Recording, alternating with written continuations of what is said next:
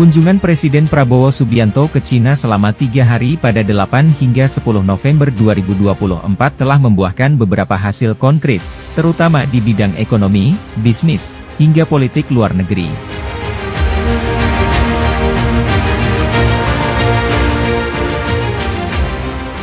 Selama melawat ke Cina, Prabowo bertemu dengan para pejabat tinggi negara, mulai dari Presiden Xi Jinping, Perdana Menteri Li Qiang, dan Ketua Komite Tetap Kongres Rakyat Nasional Tiongkok Zhao Leji.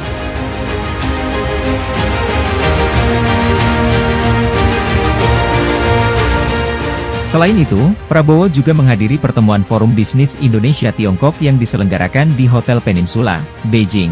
Forum itu mempertemukan pengusaha dari Kamar Dagang dan Industri Indonesia dan para pengusaha Tiongkok.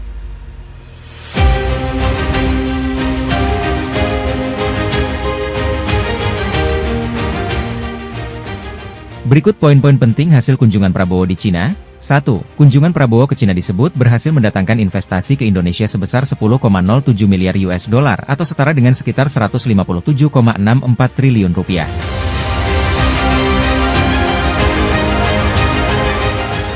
Kerjasama itu dilakukan antar pelaku usaha dari kedua negara.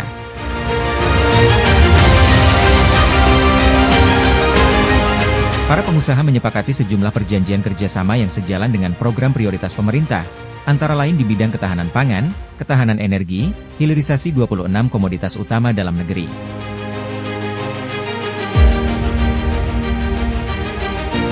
Dua, disaksikan oleh Prabowo dan Xi Jinping, Indonesia dan Tiongkok juga menandatangani 7 kesepakatan kerja sama bilateral.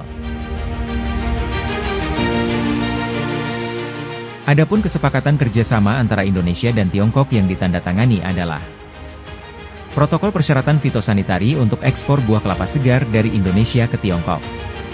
Pedoman kerja teknis untuk mempromosikan perikanan tangkap berkelanjutan. Memorandum saling pengertian tentang penguatan kerja sama ekonomi biru. Memorandum saling pengertian tentang kerja sama sumber daya mineral. Memorandum saling pengertian tentang kerja sama mineral hijau. Memorandum saling pengertian tentang kerja sama bidang sumber daya air. Memorandum saling pengertian tentang kerja sama penilaian kesesuaian.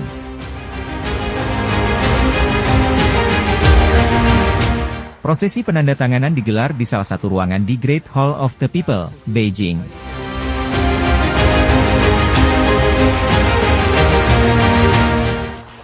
Tiga, pendanaan program makan bergizi gratis. Pemerintahan Tiongkok juga sepakat untuk mendukung pendanaan program makan bergizi gratis. 4. Menteri Kelautan dan Perikanan Sakti Wahyu Trenggono menandatangani pedoman kerja sama teknis dengan Menteri Pertanian dan Urusan Pedesaan Tiongkok Han Jun. Prabowo melanjutkan bahwa secara keseluruhan kerjasama antara Indonesia-Tiongkok ini memberikan contoh ke dunia bahwa di era modern ini kolaborasi adalah jalan yang tepat ditempuh untuk mencapai perdamaian. Kolaborasi, bukan konfrontasi, adalah jalan untuk perdamaian. Indonesia sangat jelas, kita selalu tidak memihak. Kita selalu menghormati semua kekuatan besar di dunia, ujar Prabowo.